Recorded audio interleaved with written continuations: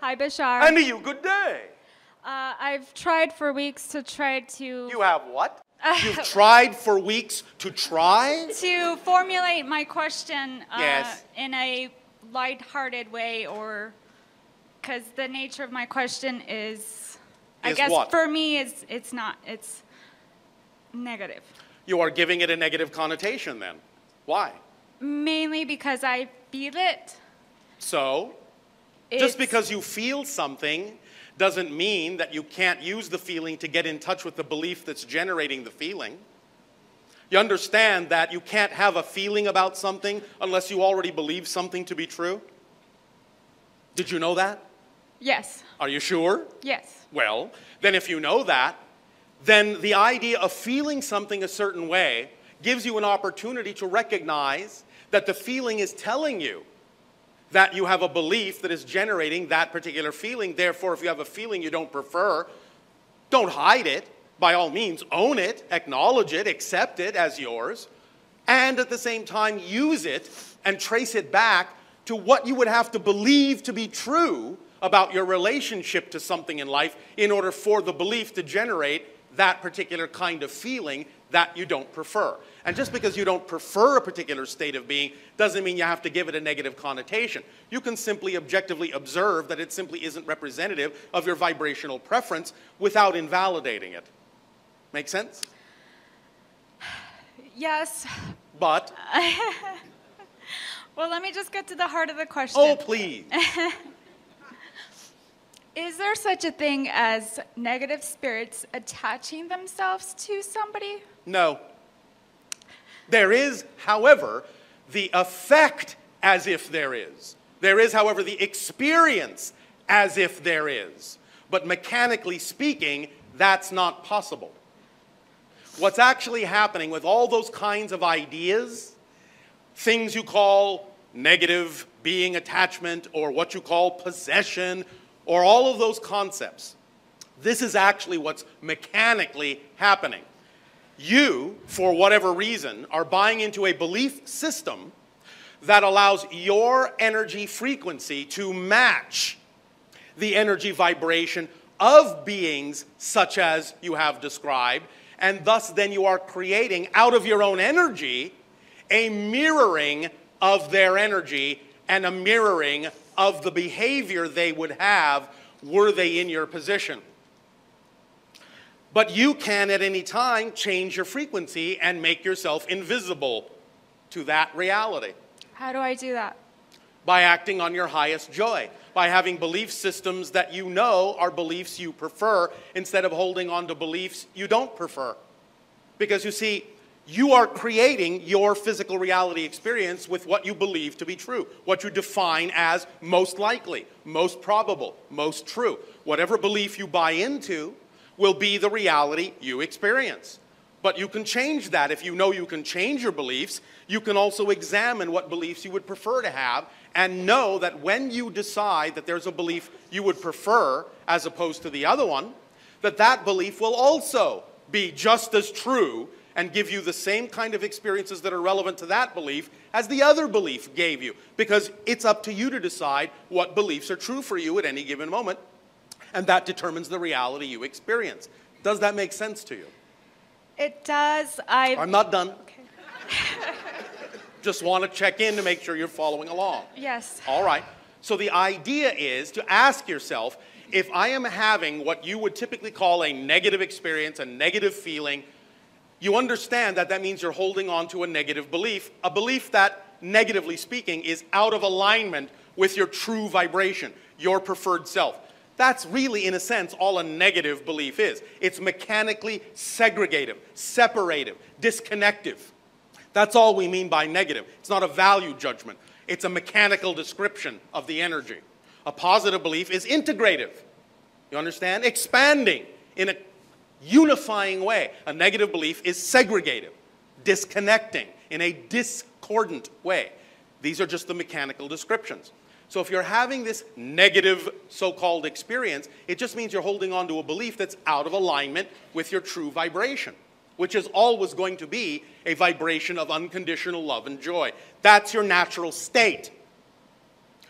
The idea, therefore, is when you have these kinds of emotional experiences that you don't prefer, to ask, what would I have to believe is true about myself in relation to this situation, that situation, or life in general, or this person, or what have you? What would I have to believe is true in order to feel what I'm feeling? And then you can begin to explore what that definition would have to be. But you have to be willing to explore it, not afraid to explore it. I guarantee you that if you explore those things, none of those negative ideas about yourself will actually ever truly be discovered to be true. They will always be false. Because you are created in the image of creation. You are unconditionally supported in unconditional existence forever.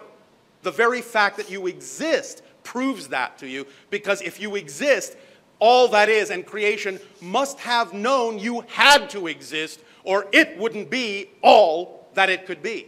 So you're important to creation, or you wouldn't exist, because creation doesn't make mistakes. Did you hear that? Yes, and I do know that. And I have immersed myself in that reality and just, But it yes. doesn't, like, I need to be there like 24/7, and Well, then be there 24/7. I have been. And so, in the times when you are not, why do you choose not to be? And don't say you don't choose it, because you do.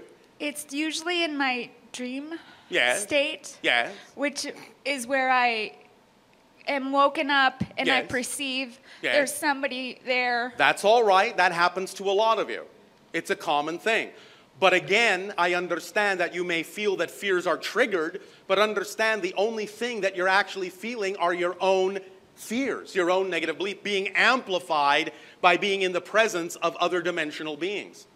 See, this is one of the reasons, in a sense, why we simply don't land en masse on your planet. We exist. We exist in a different vibrational frequency that is many times higher than the frequency in which you operate normally. So the idea is that if we were to suddenly present ourselves at full frequency to you, it would actually force all the things that you are forcing down to the surface. You would break all the compartments in your consciousness, and all those ideas, all those fears would come flooding in all at once, and you would go into psychosis. So we keep our distance until such time as you strengthen yourself and bolster yourself with your own positive beliefs, so that you become more equal to us, and thus then will not experience such a shock in the presence of a very different frequency.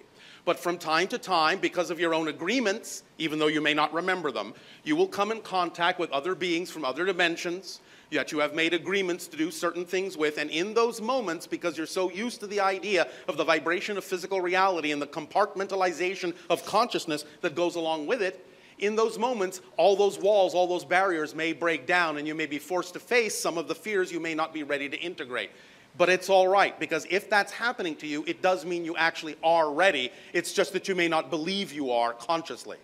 If you can get in touch with the idea that you're consciously ready to face those fears and integrate them within yourself into a higher version of your excitement, then you will begin to welcome those experiences. And in welcoming those experiences, you will ensure that no matter, regardless of what anyone else's intention toward you may be in those or any experiences, you will ensure that the only effect those experiences will have in your life will be a positive one by defining it as a positive experience for yourself, no matter what anyone else's intention may be.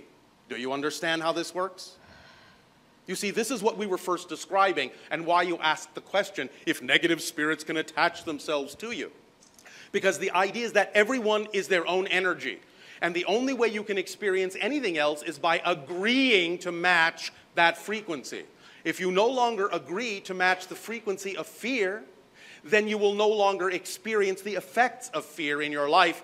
Even if someone else actually has a negative intention toward you, you will become invisible to that frequency. You'll become transparent to that frequency by changing your frequency to something that is more representative of the reality you prefer. And therefore, you will no longer feel any effects of that negative nature, because you simply will not be agreeing to mirror or match those vibrations, even though you may still be capable of neutrally observing them, it doesn't mean you have to take that energy on if you simply don't agree that that's your preferred reality. Does that make sense? Yes. Are you sure? Yes, and I have to do a lot of practicing. Well, if you say so. You could change in the blink of an eye. It's up to you. The fact that you say you have to do a lot of practicing is a belief. True. Because remember, every change is actually instantaneous and total. But you can create the illusion that change is small and slow. But every single time you change anything, you're actually changing everything. It's just that you're changing everything to look like such a similar version of the last thing that you barely think anything has changed, when in fact the entire universe has changed. So when you begin to see yourself and change in a different way and know that you are a completely, literally, a completely different person every single time you change anything, then you can decide to define who you are as that person, and whatever definition you decide is true for you will be the way you experience your reality. Even if you can still observe others doing something you don't prefer, doesn't mean that they have to have any effect on you whatsoever if you don't choose to be affected. Make sense? Okay, yes. Does this help you? It does. And? It validates what I had thought of initially. But didn't quite believe in? Yes? I guess just not the part of where Yes. I just, What part? Come. What part? just being,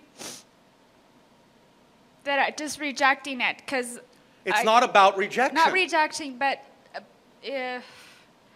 knowing and being my Yes. highest self all the Yes. time. Will allow you to experience anything and everything in your life in the most positive way possible. So why would you care what happens if you know that the only effect it's going to have on your life is a positive one? You see?